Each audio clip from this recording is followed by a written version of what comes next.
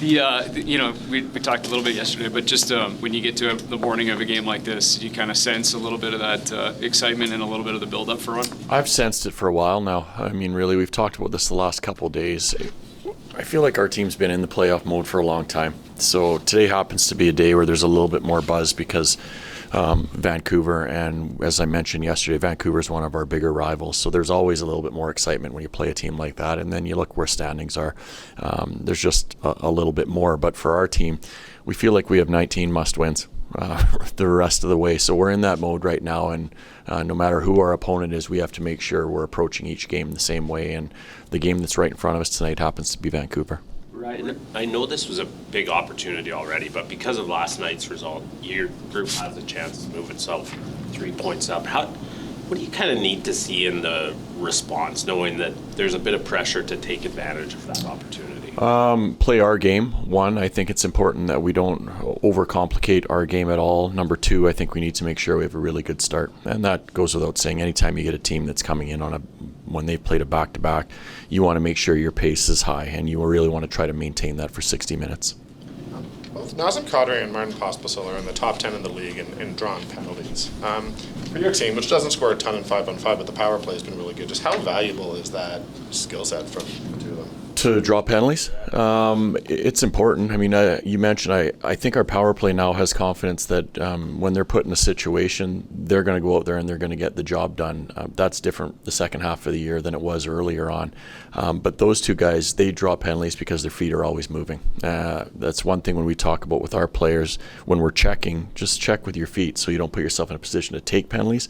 They're hard to handle, those two, because they're always moving. So if you get on the wrong side of one of them, they're either getting to the net or you're having to take a penalty on them. So more guys we'd like to see play like that. So you're on the move, you're doing a good job being aggressive. Part of the reason I wanted to ask was just there was such a focus very early in the year on Pospisil taking penalties, and it feels like his game's really come a long way since then. Yeah, and we talked about he's always walked the line, but I think over the year, and you could look back to last year, he's grown up, so he's matured a bit and he understands situations better than what he did before. Early on in his career, he's just, I got to make an impact however I can make an impact. People have to notice me when I'm on the ice.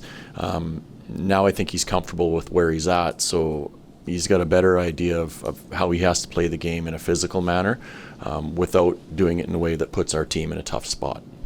Were you able to take advantage? I mean, there's not many stretches like the one you're just coming off of in terms of some days practice. Were you able to make the most of that 3 days in between games? Yeah, I think so. We had a good skate this morning, and at the same time we were able to get our players some rest. We're in a stretch now. We're going to play a ton of hockey, and I think as coaching staff we have to do what we can do to make sure that they're energized for every game we play the best we can. So I'm pretty happy with the couple days we've had.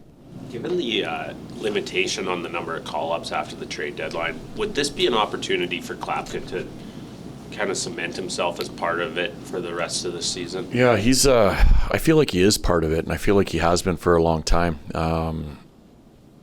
We've talked lots about him being a player that we don't have, like the way he skates, his size. He's a powerful man. Everybody's kind of seen what the big guy in Washington's done this year, Protas. And it really makes you intrigued about what we have with Clapper because he's got a good skill set. He's a physical guy, and he's a load to handle, much the same. So we want to keep working with him and having him grow with our organization. So I feel like having him around is a real good thing. Are there some specifics from what Protas has done in Washington that he can take with him? I don't necessarily think well, sure. I mean, you look at his year prior, I think he had 6 goals the year prior. He's up to almost 30 this year.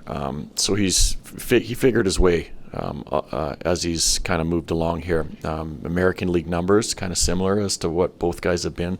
Anyways, it's just something when we look at that he's such an impactful player for them. We know we have a player like that, and now it's a matter of working with him and seeing if we can get our guy to that level.